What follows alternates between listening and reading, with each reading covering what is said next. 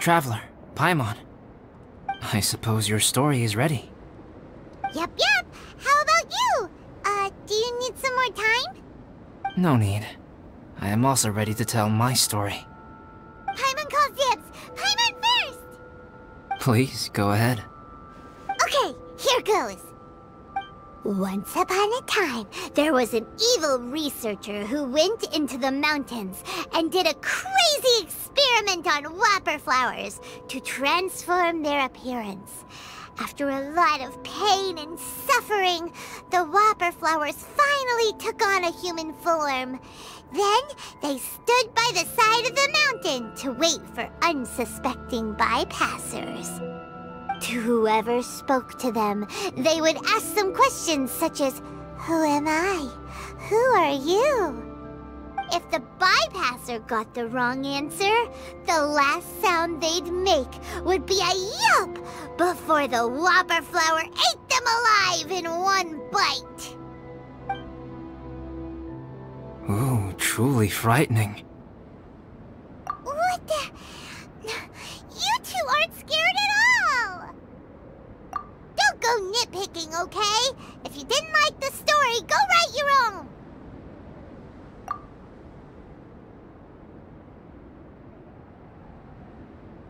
In other words, the whopper flowers would ambush and then completely replace their victims. And then what? Go back to where the person lives? Enter their home? Eat their whole family? Paimon made up this story, but now Paimon's the one who's scared by it. It's a good story. Oh, may I write it down? I may bring it up in future conversations. What for? Just to scare people with? Yes. You've got a real mean streak, Albedo. Mine is a little longer than yours. It starts with an alchemist. A great alchemist once created Subject 1. Subject 1 was her proudest achievement, and successfully blended into human society. No one ever would have thought that this friend of theirs was in fact a synthetic human. However, unbeknownst to Subject 1, the alchemist had tried the same experiment many times before he had come into being. Some of the rejects from failed experiments had been discarded, but had not died. Subject 2 was one such failed experiment. He was swallowed by a great dragon that came to rest upon a snow-swept mountain. Many years later, he was resurrected by the dragon's mysterious power. He saw all kinds of people on the mountain, including Subject 1, who had somehow miraculously blended in among them. Never in Subject 2's wildest imagination had he thought it possible for experimental life forms such as they to deceive everyone so successfully. He saw the way humans accepted Subject 1 as a friend, witnessed their affection as they addressed him by name. This was what Subject 2 wanted. Now, all that Subject 2 desired was to replace Subject 1 and take the joy of his existence for himself. This is giving Paimon the chills. So scary. Subject 2 began to unfold his plan. He stole Subject 1's books and notes, and studied all that Subject 1 had learned from the alchemist. Subject 2 was highly intelligent, and he learned quickly. He changed his face into an exact replica of Subject 1's face. Then, he found a plant with mimicry capabilities, and transformed it using dragon blood and alchemy. And so, not only did Subject 2 transform his own appearance to perfectly match that of Subject 1, he also created a third entity, Subject 3. What? There's 3 of them now? But Subject 2 wanted to become a perfected human.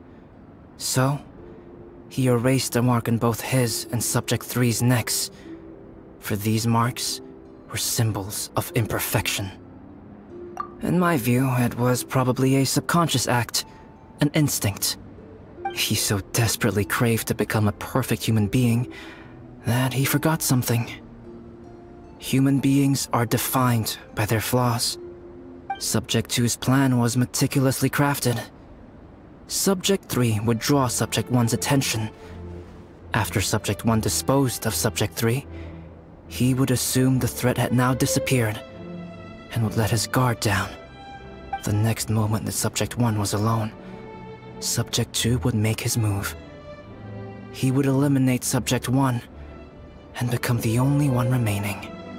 He would secretly replace the Subject 1 of everyone's memories and inherit his identity, residence, clothing, sword, name, and friends.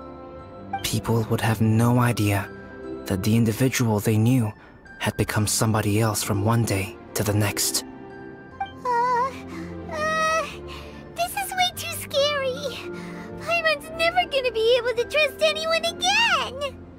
But just before Subject 2 could carry out his plan, a unique stranger entered the mix. Subject 2 tried to make contact with this person, but found that they could somehow sense he was different from Subject 1. What's wrong? Are you scared? What happened then? What happened to the stranger? He became a new stage in Subject 2's plan. One more person that Subject 2 had to dispose of. It's as if there were 3 identical roses in a garden. Only one of the 3 was a fine specimen, while the other 2 were defective specimens that bore poisonous thorns. In all the world, only the gardener who tended to them could tell which was the good specimen. People do not like poisonous plants. Only a perfect rose can fetch a high price. If the inferior specimens wanted to conceal the fact of their worthlessness, they would have to take the gardener out of the picture, using their poisonous thorns. This is exactly what Subject 2 was thinking. So, he hid in the shadows and waited patiently. Maybe soon, he would get his chance to become truly human.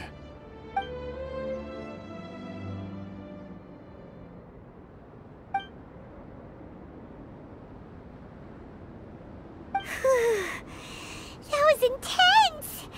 So what happened after that? Did Subject 2's plan succeed? Paimon can't bear thinking about it. Fortunately, Meta is just a story. And even in this story, Subject 2 did not succeed. But you can never let your guard down on Dragonspine. Monsters mutated with Durin's power and blood are also creatures of Rhine-Daughter, just like me. You must beware of all such creatures. I'm glad to hear that. It's okay. I know what I am. You and I are both different, so there is no need for me to hide the truth from you. The only thing is that sometimes, when I think about how mighty the power of alchemy is, I feel so small. As beings who set foot in this world, how arrogant are we in desiring to control our destiny, and in desiring to create? Is creation an arrogant act, Traveler?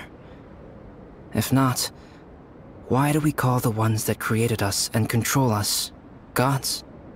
If it is, then what qualifies us to call ourselves creators? How far must we take our reverence and respect, and what purpose does it serve? Nothing special, but whenever I think about it, I feel a twinge of grief. Poor Albedo. Hello? Traveler, are you here? Hey, is that Amber? Thought we might find you here.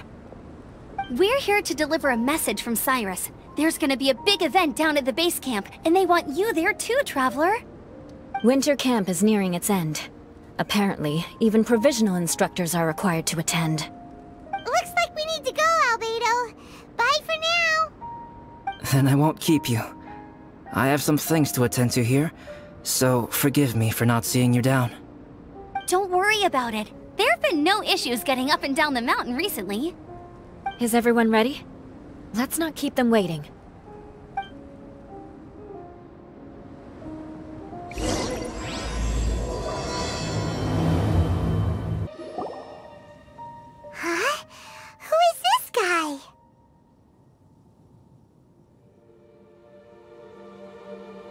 Allow me to introduce Yozerv. He's Joel's father.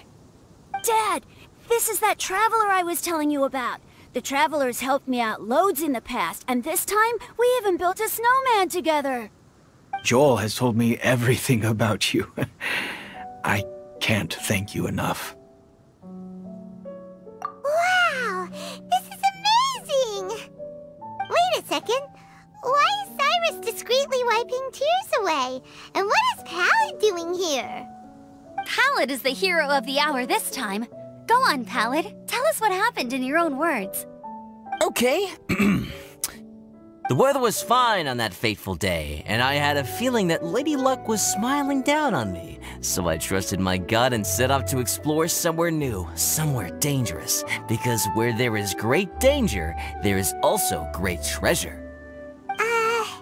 Why does this sound so hard to believe? But I had only been away from the group for a short while when I fell down a slope and just started rolling. Uh-oh. Did my bad luck rub off on him when we ran into each other on the mountain? The place I fell to was somewhere I didn't recognize, and I'd sustained a few injuries. I remember thinking to myself, this is the worst luck I've ever had in my whole life.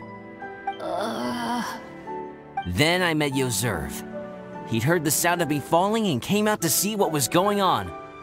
Huh? Wow! So it was completely by chance then! I thought he must have been someone from the Adventurers Guild here for the event, but after a few words of conversation, it was clear that he was having memory problems. He didn't even know his own name. The temperature was freezing, and there was no time to deal with all that there and then, so I convinced him to come back to the camp with me and figure everything else out after we got there. We got back to the camp, ran into Joel, and the moment he saw him, he froze for a second with this completely stunned expression on his face, and then he started crying out, "Dad! Dad!" That's when Yozerv suddenly started to remember. My memory has still not fully recovered, but Joel and his mother, they are the only ones that I will not, no, that I cannot forget. Daddy. Daddy's right here, Joel. Daddy's right here. Yozerv, don't you remember anything else at all? The poor princess? Feeding the foxes? I'm sorry. I have no recollection. Maybe it's because of the head trauma. I'm not sure. I woke up and found myself covered in blood. My things were gone, and there was nothing to indicate who I was or how I got there. I crawled into a cave and settled in for a slow recovery. After my legs and feet were a little better, my hunting skills were what kept me alive. Dad, I was so worried about you. I'm all right now, Joel. Oh, don't cry. Daddy's not going anywhere. I'm here to stay. Oh, this is good. This is good. You know what, though? I definitely think my luck got worse after running into Benin on that mountain. I knew it. I just... No. I just meant if it weren't for you, there's no way I ever would have run into Yozerv on a mountain this huge. Besides, we got back safely, didn't we? So don't blame yourself. Maybe sometimes miracles can only happen when you get just unlucky enough. Pallid. When did you become such a smooth talker, huh? Huh? Am I? I was just telling the truth. Oh, yeah. I want to say thank you to the Traveler, Uncle Cyrus, Auntie Eula, and Auntie Amber. Thanks, everyone. You all helped look after me, and I will always remember it. But I guess I can't take the snowman with me, or it'll melt once it leaves Dragonspine. It's such a shame. Oh, I can help with that. One moment. Huh? Eula? Here, take this. It's powdered rime. Just add it to your snowman, and it will never melt. Wow! Really? Oh, this is awesome! You're the best, Auntie Eula! Dad, I have an unmeltable snowman now! How cool is that?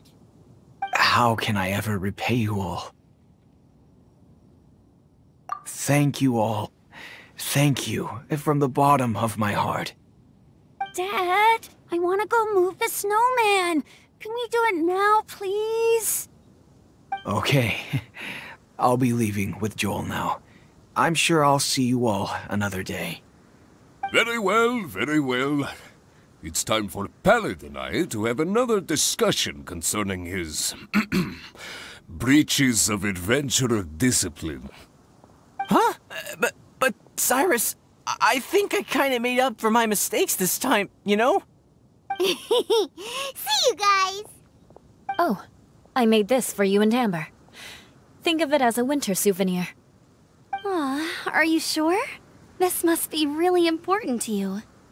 Come on now, just take it. No need to make such a fuss. Wow! Now our snowman won't melt either! Great! You're welcome. Just keep it, that's all I ask. Amber and I have some business to attend to now. See you later. See you! Everyone's gone. Seems like they've all got their own stuff to do now. Oh! You know what? We've been on Dragon Spine all this time, and somehow Paimon still forgot to ask Albedo about how to make a fruit juicifier machine that could keep the juice fresh. Maybe we should try Timaeus again. He does seem pretty eager to please after all. Timaeus! Traveler and Paimon, what can I do for you? Wait a minute. You've got that mischievous look on your face. Oh, you're not still thinking about that ridiculous juicer thing, are you? Timaeus, will you help us? Well, if the Traveler isn't really interested, then, yeah, maybe I'll give this one a pass. It's just the weirdest request ever. No, but Paimon's Sunsettias are gonna go to waste without it. And the time it would take me to research something like that, I could probably pick those Sunsettias again 10 times over. New research project, Timaeus? We meet again. Oh, Albedo, thank goodness. So the situation is, Paimon wants a machine that can turn fruit into juice and keep the juice fresh. I mean, surely it's... Majorly important, that's what it is. If you can manage to invent this, we'll never have to worry about fruit going bad ever again. That's impossible.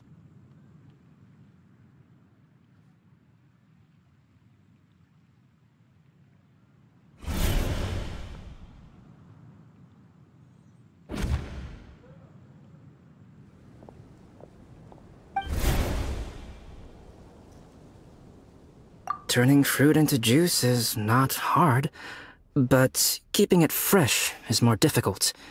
But if you simply want to keep the fruit from rotting, there are many ways to achieve this. Right, Traveler?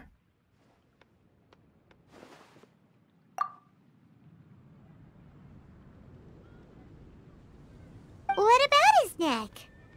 What's wrong? Is there something on my neck? From the look on your face, it's as if you thought I just played a practical joke on you that was in exceedingly poor taste.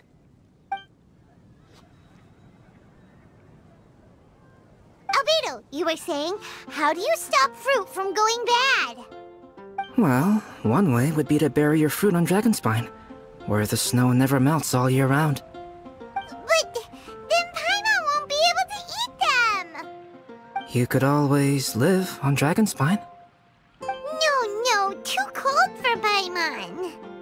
Or you can give the fruit to me, and I would take it to Dragonspine for you. But since you don't like the cold, you'd have to send someone else to pick them up when you want them. This is where you come in, Traveler. Suddenly sounds a lot more feasible with other people doing all the work. Okay then, shall we go with that idea? Fruit buried on Dragonspine will stay fresh for much longer. However, it is also possible that the fruit will sprout and grow into fruit trees. Who knows? Maybe the next time you visit, it will have grown into an orchard. You can water the trees, add fertilizer, and when they finally bear fruit, he will have some fresh Sunsettias. No way! The Paimon will have to be a gardener! That's not the goal here. Oh? Well, I don't think being a gardener is so bad.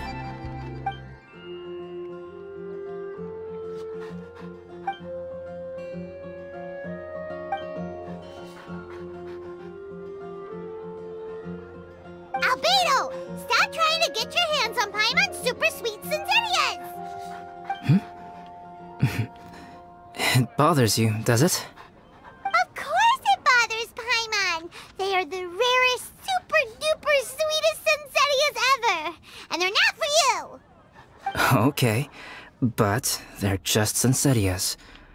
I think you're only so attached to them because you don't have much fruit of this quality in your possession. When someone's pockets are full, and their spirit is fulfilled, they don't easily fall prey to this kind of yearning.